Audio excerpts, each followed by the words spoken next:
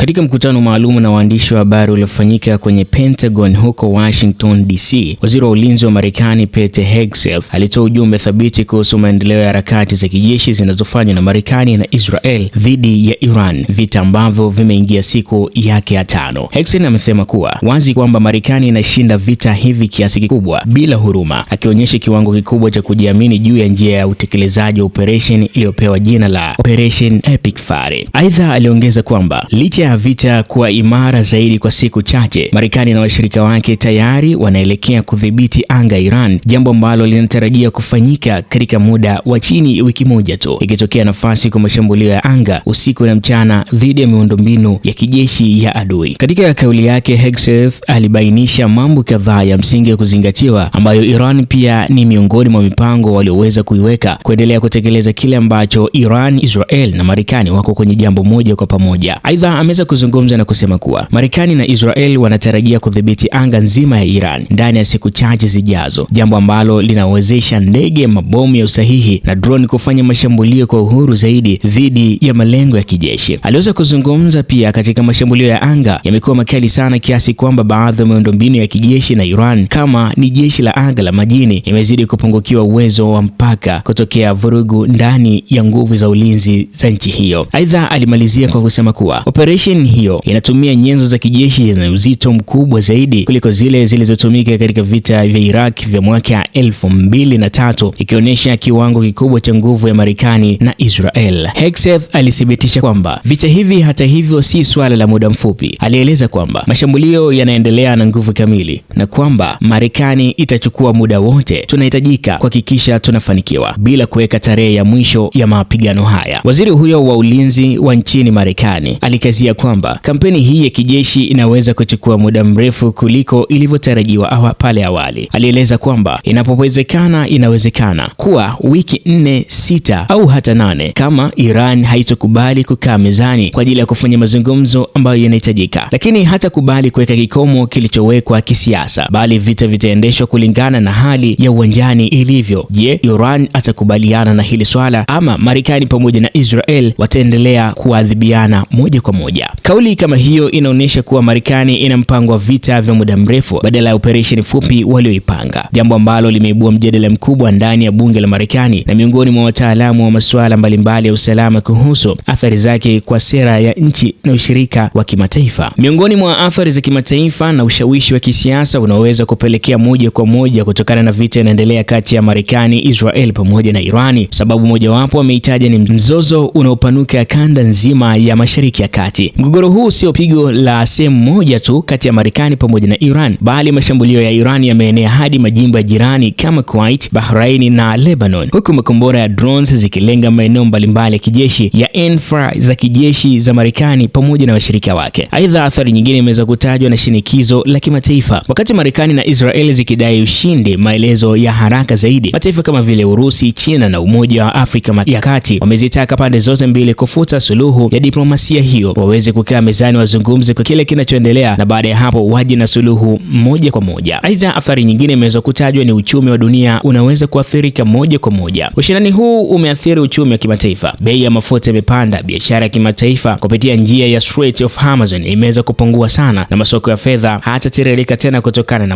kutokana na mzozo mkali unaendelea Iran, Marekani, Israel katika vita vyao. Wachambuzi mbalimbali wa masuala ya kisiasa wamekuja kuelezea kwa kile ambacho kinaendelea, huku wengi wakisema kwamba watetezi wa diplomasia wanasisitiza kwamba kuendelea kwa mapigano bila mpango wa kutosha kufikia suluhu ya amani kunaweza kuleta hasara kubwa kwa pande zote mbili, si tu kwa kijeshi bali pia kiuchumi na kijamii. Aidha, mvutano huu umethibitisha umuhimu wa taasisi kama Baraza la Usalama la Umoja wa Mataifa kuchangia katika kusaka njia ya kupunguza ghasia zinazoendelea katika mataifa hayo mawili. Kwa upande mwingine, viongozi wa Marekani wanaelezea msimamo kwamba hatua zao ni muhimu kwa kudhibiti vitishio vya Iran, hasa kuhusu mpango wa makombora ya ballistic na drones ambazo zinatoma kutoka Iran kuja moja kwa moja katika taifa la Israel pamoja na washirika wake, huku akisema kwamba ufanisi wa operation huu utakuwa chachu ya kudhoofisha vitisho vinavyoweka hatari kwa usalama wa Marekani na washirika wake.